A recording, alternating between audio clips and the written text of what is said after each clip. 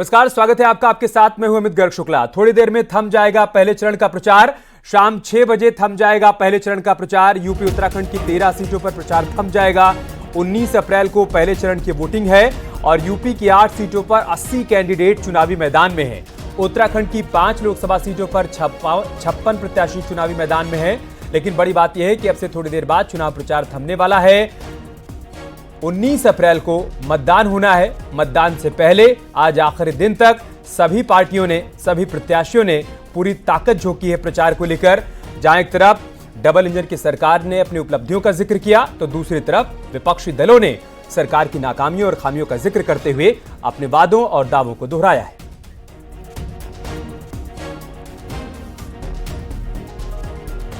देश के 21 राज्यों के 102 लोकसभा सीटों पर पहले चरण में 19 अप्रैल को मतदान होना है। पहले चरण के मतदान के लिए चुनाव आयोग की तरफ से तैयारियां पूरी कर ली गई हैं। सुबह 6 बजे से मतदान शुरू हो जाएगा। सबसे पहले आपको बताते हैं कि किस राज्य की कितनी सीटों पर पहले चरण में वोटिंग होनी है। पहले चरण की 102 सीटों में सबसे ज्यादा तमिलनाडु की 39 सीटें हैं, जहां वोटर उम्मीदवारों की किस्मत का फैसला करेंगे। इसके साथ ही राजस्थान की 12, उत्तर प्रदेश की 8, उत्तराखंड की 5। इसके अलावा जिन राज्यों की जितनी सीटों पर चुनाव होना है वो इस वक्त आप टीवी स्क्रीन पर देख पा रहे हैं।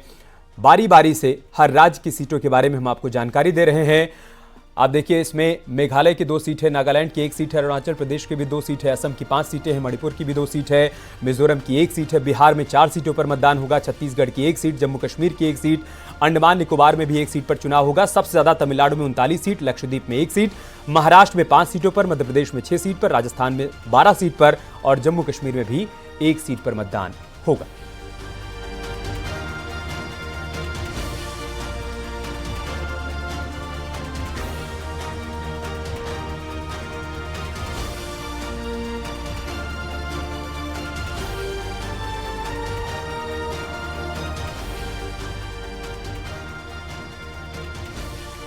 तो अगले 1 घंटे हम पहले चरण का संपूर्ण विश्लेषण करने वाले हैं, जिसमें हमारे साथ ग्राउंड जीरो पर मौजूद हमारे तमाम साथी भी हर सीट की संपूर्ण जानकारी हमें देंगे। तैयारियों को लेकर, वोटर्स को लेकर और मुद्दों को लेकर, समीकरण को भी समझेंगे, उस पर भी बात होगी। फिर फील्ड में मौजूद अपने साथियों से भी ग्राउंड का हाल जानेंगे। लेकिन उससे पहले यूपी की 8 सीटों के बारे में कुछ जानकारियां जान लेते हैं। अपने सहयोगियों से आपका परिचय करवा देते हैं।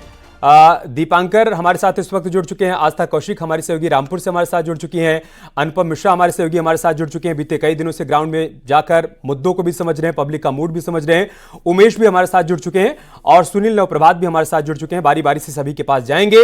इस वक्त ग्राउंड पर जो हलचल है वो हम इन सभी से समझेंगे।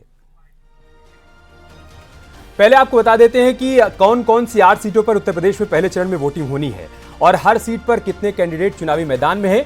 इसे ग्राफिक्स के जरिए समझ लेते हैं। पीलीभीत की बात करें तो यहां पर कुल मिलाकर 10 उम्मीदवार चुनावी मैदान में हैं। सहारनपुर की बात कर लेते हैं, यहां पर भी 10 उम्मीदवार चुनावी मैदान में हैं। कैराना की बात करें तो यहां पर कुल 14 उम्मीदवार चुनावी मैदान में हैं। इसी तरीके से मुजफ्फरनगर में 11 उम्मीदवार चुनावी मैदान में हैं, बिजनौर में 11 हैं, नगीना में कुल मिलाकर 6, मुरादाबाद में 12 उम्मीदवार चुनावी मैदान में हैं। रामपुर की बात करें तो यहां पर 6 उम्मीदवार ताल ठोक रहे हैं, एक दूसरे को चुनौती दे रहे हैं और इन सब के बीच यहां पर मुकाबला देखने को मिल रहा है। सभी अपनी अपनी जीत के दावे भी कर रहे हैं। यानी 8 सीटों पर कुल 80 कैंडिडेट अपनी किस्मत आजमा रहे हैं। पहले चरण में बीजेपी के लिए कितना अहम हो जाता है ये चरण, ये भी समझ लेते हैं। 8 सीटों के लिए पीएम मोदी ने कुल मिलाकर 4 कार्यक्रम किए। अमित शाह, सीएम योगी आदित्यनाथ, राजनाथ सिंह और भूपेंद्र चौधरी सहित तमाम नेताओं ने पूरी ताकत झोंक दी। वहीं अखिलेश यादव और प्रियंका गांधी जैसे दिग्गजों ने भी खूब पसीना बहाया। चलिए ये समझते हैं कि पहले चरण में यूपी की 8 सीटों पर किन किन मुद्दों पर वोटिंग होनी है। सिलसिलेवार तरीके से मुद्दे भी आपके सामने रखते हैं। सांस्कृतिक राष्ट्रवाद, गन्ने का भुगतान, चौधरी चरण सिंह को भारत रत्न का सम्मान दिया गया, वो भी एक मुद्दा। सीए, अनुच्छेद 370, विकास, राम मंदिर जिसके इर्द गिर्द पूरा चुनाव सिमटता जा रहा है, इसके अलावा रोजगार, ये वो मुद्दे हैं जो पहले चरण का सेंटर है। चलिए अब सीधे फील्ड में मौजूद अपने सहयोगियों के पास चलते हैं जो इस पर और अधिक जानकारी हमें देने वाले हैं। आस्था में सबसे पहले आपके पास ही आ रहा हूं। आप रामपुर में हैं, हॉट सीट है। आजम खान साहब जेल में हैं, लेकिन उनका प्रभाव जेल के बाहर देखने को मिल रहा है। किस तरीके की हलचल वहां पर चुनाव को लेकर देखने को मिल रही है, पब्लिक का मूड क्या है और मुद्दे क्या है? अमित, मेरी मौजूदगी इस वक्त बरेली में है, लेकिन न्यूज 18 की जो चुनाव एक्सप्रेस चल रही है उसके पड़ाव में कल रामपुर भी बहुत अहम रहा। हम वहां जनता के भी बीच में गए, जनता से हमने बात की, प्रत्याशियों से हमारी बात हुई और जिन प्रत्याशियों की तरफ से प्रतिनिधियों ने हमारी डिबेट में हिस्सा लिया, रामपुर में जब भी आजम खान का नाम लिया जाता है, आप पूर्व में रामपुर का बाई इलेक्शन उठाकर देखिए, चाहे यहां पर विधायकी का चुनाव हुआ हो या फिर संसदीय सीट के लिए जब बाई इलेक्शन हुआ हो, तो दोनों सीटें अब बीजेपी के खाते में हैं। घनश्याम लोधी जो यहां से सिटिंग एमपी हैं बीजेपी की तरफ से, लोग उनके बारे में बात कर रहे हैं और कह रहे हैं कि भले ही उनको 1.5 साल का वक्त मिला हो, लेकिन उस 1.5 साल के अंदर रामपुर में ऐसे कई काम उन्होंने किए हैं जो अभी अंडर प्रोसेस हैं। यहां स्थानीय मुद्दों की बात करें तो बहुत सारे फ्लाईओवर्स ऐसे थे जिनकी डिमांड चल रही थी, व्यापारी वर्ग से जुड़ी हुई बहुत सी सड़कों की इस तरह की समस्याएं थी, अंडरपास थे जिनका काम शुरू करवाया जा चुका है।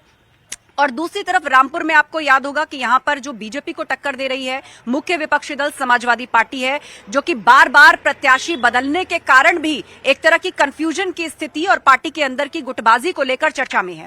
आजम खान से मिलने गए अखिलेश यादव जेल के अंदर, लेकिन अब यहां से जिनको कंटेस्ट कराया जा रहा है, समाजवादी पार्टी ने मोहिबुल्ला नदवी को यहां से मैदान में उतारा है, उसको लेकर ये वहीं के ही समाजवादी पार्टी के अंदर गुटबाजी है और वो उनको स्थानीय उम्मीदवार नहीं मान रहे। उनका ये कहना है कि वो एक पैराशूट उम्मीदवार हैं और जो यहां से ताल्लुक नहीं रखते, यहां पर रहते नहीं, तो जनता किस पर भरोसा जताए। समाजवादी पार्टी के अंदर 2 गुट काम कर रहे हैं, एक तो राष्ट्रीय अध्यक्ष की तरफ से मोहिबुल्ला नदवी जिनको चुनाव लड़वाया जा रहा है, दूसरी तरफ आजम खान का गुट जो कि नाराज है। पूर्व में आजम खान की नाराजगी सामने आ चुकी है कि उनके लिए स्टैंड नहीं लिया गया, और अब आप मुरादाबाद की सीट उठाकर देखिए, आप रामपुर की सीट उठाकर देखिए, दोनों ही जगह पर जो आजम गुट है उसका असर देखने को मिला है। तो एक तरह से रामपुर सीट पर भीतर घात से जूझ रही है समाजवादी पार्टी, तो दूसरी तरफ बीजेपी है, 1.5 साल हो चुका है, उनका अपना सांसद वहां पे है, बहुत से विकास कार्य गिनवाए जा रहे हैं। व्यापारी वर्ग कह रहा है कि यहाँ का जो रामपुरी चाकू था, जो यहाँ क्राइम के लिए मशहूर था, वो केवल रोजगार के लिए सिमट करके रह गया है। तो जनता जो है वो बदले हुए परिवर्तन के साथ जुड़ती हुई नजर आ रही है, लेकिन फिर भी यहाँ पर रोजगार को लेकर कुछ सवाल है, महंगाई को लेकर भी कुछ आशंकाएं हैं। ठीक है, अनुपम मैं आपके पास आ रहा हूं। ग्राउंड जीरो पर किस तरीके की परिस्थितियां आप देख पा रहे हैं, चुनाव को लेकर क्या माहौल है, पब्लिक के मुद्दे क्या हैं और मूड क्या है? देखिए अमित, सबसे बड़ी बात यह है कि इस वक्त हम बिजनौर में हैं और बिजनौर जो जिला है इसमें 2 लोकसभा सीटें हैं। पहली लोकसभा सीट बिजनौर है और दूसरी नगीना है। इन दोनों ही सीटों पर इस बार दिलचस्प मुकाबला देखने को मिला है, क्योंकि आरएलडी के साथ आने के बाद, एनडीए का हिस्सा बनने के बाद बिजनौर की जो सीट है उससे आरएलडी के खाते में दिया गया है। चंदन चौहान वहां से आरएलडी के प्रत्याशी हैं, यानी कि वहां की जो ईवीएम होगी उसमें कमल का फूल नहीं होगा, उसमें आरएलडी का सिंबल होगा और राष्ट्रीय लोकदल के प्रत्याशी वहां से चंदन चौहान है। और अगर हम बात करें नगीना सीट की तो यहां पर भी दिलचस्प मुकाबला है। दोनों जगहों पर सबसे बड़ी बात यह है कि बीएसपी के प्रत्याशी एक मेजर रोल प्ले कर रहे हैं, क्योंकि जिस तरीके से बीएसपी के प्रत्याशी जो वोट काटेंगे वो कहीं ना कहीं वोट जो है वो डिसाइडिंग फैक्टर होगा और वो ये तय करेगा कि आखिर किसकी जीत होगी।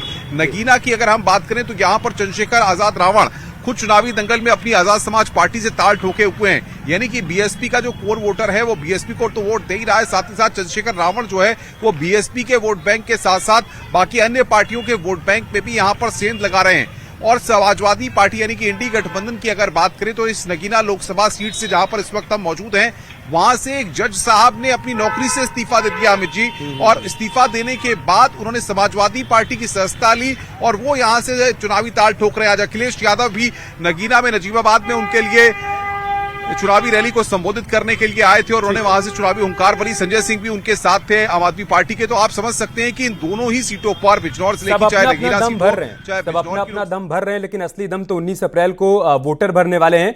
उमेश, मैं आपके पास आ रहा हूं, आप पब्लिक के बीच में जा रहे हैं, पश्चिमी उत्तर प्रदेश की हवा क्या कह रही है? जी हाँ, देखिए पहले चरण के महासंग्राम का वक्त आ गया है। पश्चिमी उत्तर प्रदेश की 8 लोकसभा सीटों के लिए 19 अप्रैल को मतदान होगा। मुजफ्फरनगर, सहारनपुर, कैराना, पीलीभीत, मुरादाबाद, रामपुर, बिजनौर और नगीना में आगामी 19 अप्रैल को मतदान होगा। जनता बिल्कुल तैयार बैठी है मतदान करने के लिए। यहां पर जनता तालियां बजाकर सबसे पहले आप लोग अपना ही स्वागत कर लीजिए। इन तस्वीरों में आप देखिए कि ये मुजफ्फरनगर लोकसभा क्षेत्र की जनता है और मुजफ्फरनगर लोकसभा क्षेत्र की जनता बिल्कुल तैयार बैठी है अपने मताधिकार का प्रयोग करने के लिए और तालियां बजाकर अपना ही स्वागत करते हुए नजर आ रही है। हम कुछ लोगों से बात करते हैं, जानते हैं कि इन चुनावों में सबसे बड़ा मुद्दा क्या है। क्या लॉ एंड ऑर्डर सबसे बड़ा मसला है? क्या कनेक्टिविटी सबसे बड़ा मसला है? कानून व्यवस्था सबसे बड़ा मसला है? मुजफ्फरनगर लोकसभा क्षेत्र में इस वक्त हम लोग हैं, क्या कहना चाहेंगे? क्या मिजाज है, क्या राजनीतिक फिजा है, क्या माहौल है? जी, पश्चिम उत्तर प्रदेश में कानून व्यवस्था सबसे बड़ा मुद्दा है। पहले ही मुजफ्फरनगर और मेरठ को क्राइम कैपिटल कहा जाता था, पर जब से योगी जी की और मोदी जी की सरकार आई है, अब आप देख लीजिए, महिला हो, रात को किसी टाइम कोई निकल जाए, कितनी ज्वेलरी पहन के जाए, कोई लूटपाट नहीं हो रही। पहले दिन दहाड़े लूटपाट हो जाती थी। जिस रोड पे हम यहाँ बैठे हैं, यहाँ तो दोपहर में लूटपाट हो जाती थी। तो कानून व्यवस्था, बिजली, सड़क, ये मुख्य मुद्दे हैं। कानून व्यवस्था, बिजली, उमेश, मैं आपको रोक रहा हूं। ये वो मुद्दे हैं जो पब्लिक के मन में है और इन्हीं मुद्दों को ध्यान में रखते हुए पब्लिक वोट करेगी। बाकी सहयोगियों के पास भी जाएंगे, लेकिन उससे पहले पीलीभीत का समीकरण समझ लेते हैं। 35 साल बाद नए समीकरण यहां पर देखने को मिल रहे हैं। पीलीभीत सीट पर कुल 10 प्रत्याशी चुनावी मैदान में ताल ठोक रहे हैं। इसमें 18,31,000 वोटर किस्मत का फैसला करेंगे। बीजेपी से जितिन प्रसाद, समाजवादी पार्टी से भगवत गंगवार चुनावी मैदान में है, वो ताल ठोक रहे हैं। लेकिन बड़ी बात यह है कि 35 साल बाद ऐसा हो रहा है जब मेनका और वरुण के बगैर यहां चुनाव देखने को मिल रहा है। भारतीय जनता पार्टी ने प्रत्याशी बदला, वरुण गांधी की जगह पर जितिन प्रसाद को चुनावी मैदान में उतारा है। उनका मुकाबला यहां पर भगवत गंगवार से है, जो कि गठबंधन के प्रत्याशी हैं।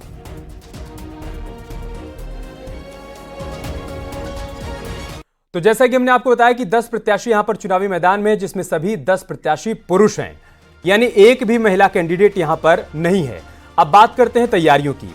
चुनाव आयोग ने जो तैयारियां की हैं 19 अप्रैल को वोटिंग के लिए, वो समझ लेते हैं। यहां पर 1242 पोलिंग सेंटर बनाए गए हैं, 1924 पोलिंग बूथ यहां पर बनाए गए हैं, 17 जोनल मजिस्ट्रेट तैनात किए गए हैं। सेक्टर मजिस्ट्रेट की बात की जाए तो 136 सेक्टर मजिस्ट्रेट की तैनाती की जाएगी। फ्लाइंग स्क्वाड की बात की जाए तो 45 टीमें तैनात रहेंगी। वीडियो निगरानी टीम की बात करें तो 8 टीमें चुनाव के दौरान वीडियो से निगरानी करेंगी, ताकि कहीं पर कोई गड़बड़ी ना हो। यानी तैयारियां एकदम से चाक चौबंद हैं। पीलीभीत में 35 साल बाद मेनका गांधी और वरुण गांधी के बिना चुनाव हो रहा है, जैसा कि हमने आपको बताया। और यहां इस बार जितिन प्रसाद भारतीय जनता पार्टी की तरफ से ताल ठोक रहे हैं। वोटर्स की बात करें तो कुल मिलाकर 18,31,000 वोटर्स हैं यहां पर पीलीभीत में, जो कि इन प्रत्याशियों की किस्मत का फैसला करेंगे। जिसमें पुरुष मतदाताओं की बात करें तो 9,78,000 उनकी संख्या है। महिला मतदाताओं की बात करें तो उनकी संख्या 8,53,000 के करीब है। पीलीभीत के मुद्दों की भी बात कर लेते हैं। पीलीभीत के मुद्दों की बात करें तो यहां के 5 सबसे बड़े मुद्दे हैं। ग्रामीण सड़कों की मरम्मत एक बड़ा मुद्दा है। इसके अलावा लखीमपुर खीरी सीतापुर ट्रेन की मांग भी लंबे समय से की जा रही है, वो भी एक बड़ा मुद्दा है। वन्यजीवों की दहशत, रोडवेज बस स्टैंड की मांग भी लंबे समय से चली आ रही है। और बाढ़ की समस्या यहां पर लंबे समय से है, लोग परेशान रहते हैं। लोगों का कहना है कि इस बार जब वोट करने के लिए जाएंगे तो ये मुद्दा भी उनके जहन में होगा। ये 5 बड़े मुद्दे हैं जो कि पीलीभीत में सुनने को मिल रहे हैं और पब्लिक के बीच इन मुद्दों को लेकर चर्चा भी चल रही है। और पीलीभीत से हमारे सहयोगी अनुपम हमारे साथ जुड़ रहे हैं, सीधा उन्हीं के पास चलते हैं। अनुपम, समझाइए कि पीलीभीत में आप पहुंचे, वहां पर आपने जितिन प्रसाद से भी बातचीत की, विपक्षी गठबंधन के प्रत्याशी से भी आपने बातचीत की। किसके दावों में आपको कितना दम नजर आ रहा है और दूसरी तरफ पब्लिक क्या मूड बनाकर बैठी है? देखिए अमित, सबसे बड़ी बात यह है कि पीलीभीत की अगर हम बात करें तो पीलीभीत के जो समीकरण हैं वो पहले जैसे नहीं है, क्योंकि वरुण गांधी जिस तरीके से वहां से ताल ठोकते रहे थे तो पब्लिक की एक कनेक्टिविटी वरुण गांधी के साथ बनी हुई थी। क्योंकि जितिन प्रसाद क्योंकि उत्तर प्रदेश सरकार में मंत्री थे और जिस तरीके से उनका नाम जब वहां से सामने आया कि उनको भारतीय जनता पार्टी ने वहां से प्रत्याशी बनाया, तो पब्लिक की जो कनेक्टिविटी थी वो जितिन प्रसाद से उत्तर प्रदेश सरकार के मंत्री के तौर पर तो थी। क्योंकि रुहेलखंड का ये पूरा इलाका है, जो रुहेलखंड में देखिए, चाहे बरेली की बात करें चाहे शाहजहांपुर की बात करें, क्योंकि जितिन प्रसाद शाहजहांपुर से आते हैं, तो सबसे बड़ी बात यह कि एक रुहेलखंड में मैसेज देने की कोशिश यहां पर इसके जरिए भारतीय जनता पार्टी ने की, उनको प्रत्याशी बना करके। और जाहिर तौर पर वहां पर भारतीय जनता पार्टी एक स्ट्रांग कैंडिडेट देना चाहती थी, तो उस कैंडिडेट के लिए जितिन प्रसाद का नाम वहां पर रखा गया। लेकिन क्योंकि अगर हम देखें और पीलीभीत का इतिहास देखें तो कुर्मी वोट बैंक, चाहे बहेड़ी जो इलाका है वहां पर देखें बड़ी संख्या में कुर्मी वोट बैंक है।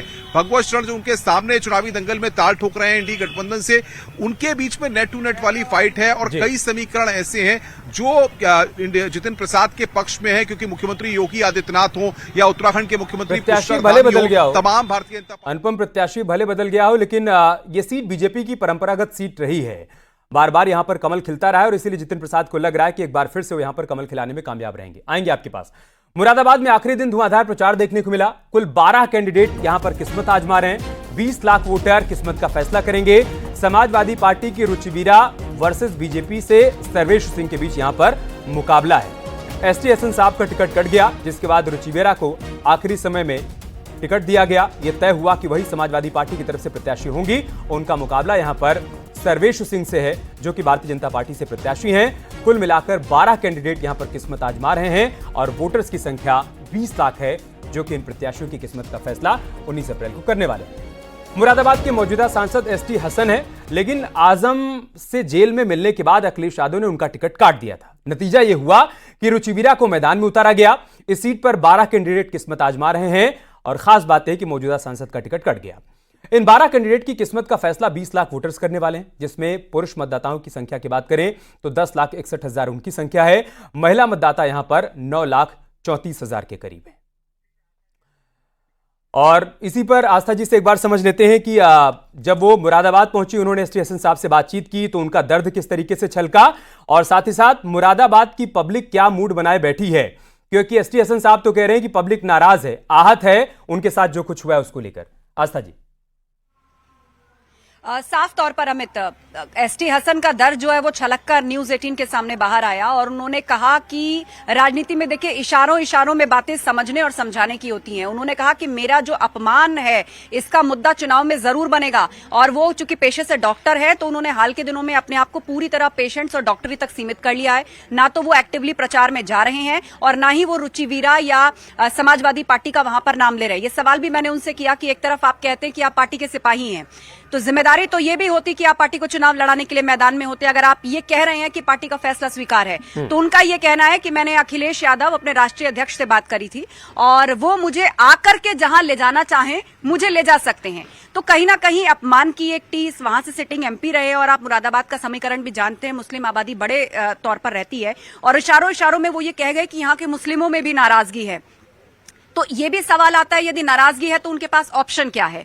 तो सीधे तौर पर इस तरफ इशारा था कि इस बार मुरादाबाद का वोटिंग परसेंटेज गिर सकता है। पिछली बार 60% से ज्यादा पोलिंग हुई थी, इस बार वो ऐसा कह रहे हैं कि ज्यादातर मुस्लिम नाराज हैं क्योंकि उनका टिकट कटा, इसीलिए यहाँ पोलिंग परसेंटेज गिरेगा। तो सीधे तौर पर मुरादाबाद में एसटी हसन नाम का वो चेहरा जिस पर समाजवादी पार्टी जीतती आई है, अब एक्टिवली ना तो वो प्रचार कर रहे हैं, ना ही वो रुचिवीरा से मिले हैं, और ना ही अखिलेश यादव के साथ एक मंच पर आए हैं, और ना ही अखिलेश यादव या कोई पार्टी का बड़ा चेहरा मुरादाबाद सीट पर प्रचार के लिए आया या एसटी हसन से टिकट कटने के बाद मिला। तो कहीं ना कहीं एसपी का जो पलड़ा है यहाँ पर गुटबाजी में बटता हुआ नजर आ रहा है। कमजोर उसको कहना सही शब्द नहीं होगा, क्योंकि ये तो जनता तय करेगी कि किसकी तरफ उसे जाना है, लेकिन समाजवादी पार्टी के यहाँ भी दो गुट नजर आते हैं। एक गुट कहता है एसटी हसन का कि रुचिवीरा बाहरी हैं, मुसलमान इससे नाराज होंगे। देखिए ये बात तो तय है, अब इस गुटबाजी का कितना असर होगा ये देखने वाली बात होगी। बिजनौर में आखिरी दिन धुआंधार प्रचार देखने को मिला। यहां पर कुल 11 कैंडिडेट अपनी किस्मत आजमा रहे हैं। 17 लाख वोटर यहां पर किस्मत का फैसला करेंगे। बिजनौर में आरएलडी वर्सेस समाजवादी पार्टी के बीच मुकाबला देखने को मिल रहा है। यहां पर भी चुनाव प्रचार का शोर थम चुका है। बिजनौर की अगर हम बात करें तो यहां पर आरएलडी के चंदन चौहान हैं और समाजवादी पार्टी के दीपक सैनी से उनका मुकाबला है। कुल मिलाकर 11 कैंडिडेट हैं जो कि किस्मत आजमा रहे हैं। 17 लाख वोटर इन 11 प्रत्याशियों के भाग्य का फैसला करने वाले हैं, जिनमें पुरुष वोटर्स की बात करें तो उनकी संख्या 9 लाख है और महिला मतदाता यहां पर 8 लाख के करीब हैं। सीधे ग्राउंड जीरो पर चलते हैं और जानते हैं कि बिजनौर का सियासी समीकरण क्या कह रहा है और किस करवट बैठ रहा है। हमारी सहयोगी मेनका हमारे साथ जुड़ चुकी हैं। मेनका, पश्चिमी उत्तर प्रदेश के सियासी समीकरण को आप भी बहुत करीब से समझ रही हैं, और बिजनौर में जिस तरीके से सभी पार्टियों की तरफ से पूरी ताकत झोंकी गई है, आरएलडी और बीजेपी गठबंधन प्रत्याशी की तरफ से दम भरा जा रहा है कि हमारी जीत होगी, इसके बाद मुकाबला बहुत दिलचस्प हो जा रहा है। पब्लिक का मूड क्या कह रहा है और यहां के मुद्दे क्या हैं? जी बिल्कुल, पश्चिमी उत्तर प्रदेश के लिए गृह मंत्री अमित शाह ने अपने रणनीतिकारों के साथ कई राउंड की बैठक की। पश्चिमी उत्तर प्रदेश, जाहिर सी बात है, यहां से शुरुआत हो रही है। बीजेपी ने जिस तरह से यूपी में 80 में 80 का नारा दिया है, पूरे देश में 400 पार की बात हो रही है, तो पश्चिमी उत्तर प्रदेश से ही एक अच्छी शुरुआत की कोशिश बीजेपी की है, जिसके लिए रणनीति बीजेपी ने तैयार की है। कई चरणों में ये रणनीति बनाई गई है। हालांकि कई चुनौतियां भी पश्चिमी उत्तर प्रदेश में बीजेपी के सामने हैं, क्योंकि पहले चरण में पश्चिमी उत्तर प्रदेश और रुहेलखंड के इलाकों में ही सीटों पर मतदान होना है। बात अगर हम मुस्लिम फैक्टर की कर ले, 2014 में ऐतिहासिक जीत इस क्षेत्र में बीजेपी ने दर्ज की थी। उस वक्त अमित शाह ही रणनीतिकार थे, लेकिन 2019 में ऐसा नहीं हो पाया। जब एसपी बीएसपी साथ आ गए तब वहां पर थोड़ा नुकसान उठाना पड़ा। हालांकि सत्ता में जरूर बीजेपी आई, बहुमत के साथ आई, लेकिन पश्चिमी उत्तर प्रदेश नुकसान हुआ थोड़ी था। कमजोर कड़ी के तौर पर नुकसान हुआ था और एसपी उन्हीं बीएसपी के कमजोरी साथ को आ दूर जाने से। करने के लिए और इस बार बीजेपी की तरफ से कहा जा रहा है कि आरएलडी हमारे साथ है तो हमारे लिए यहां पर फायदा है। बिजनौर में कई दिनों से हमारे सहयोगी अनुपम भी घूम रहे हैं, एक बार उनके पास चल लेते हैं। अनुपम, बिजनौर का जो सियासी समीकरण है किस करवट बैठ रहा है, क्या समझ पा रहे हैं?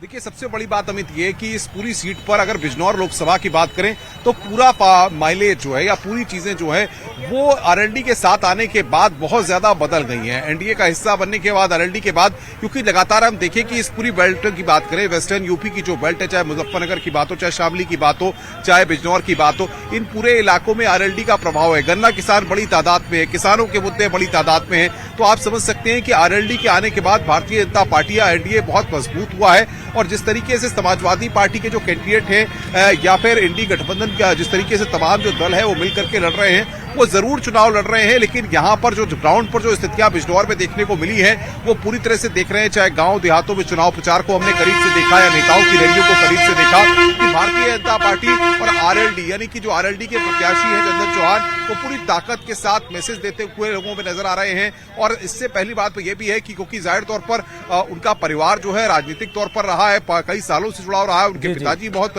वक्त तक प्रतिनिधित्व कर चुके हैं, तो उसका भी एक असर है, वो छाप यहाँ पर लोगों में छोड़ रहे हैं चंदन चौहान। और जाहिर तौर पर कहीं ना कहीं ऐसा लग रहा है, बीजेपी का कहना है कि 2019 की कहानी 2024 में नहीं दोहराई जाएगी। आरएलडी के साथ आने से और गठबंधन प्रत्याशियों के यहां से उतरने से इस बार तस्वीर बदलने वाली है। कैराना का समीकरण क्या है वो भी एक बार समझ लेते हैं। कैराना में 14 उम्मीदवारों के बीच यहां पर फाइट देखने को मिल रही है। कैराना का पूरा समीकरण, वहां के मुद्दे, पब्लिक का मूड आपको समझाएंगे, लेकिन एक छोटे से ब्रेक के बाद।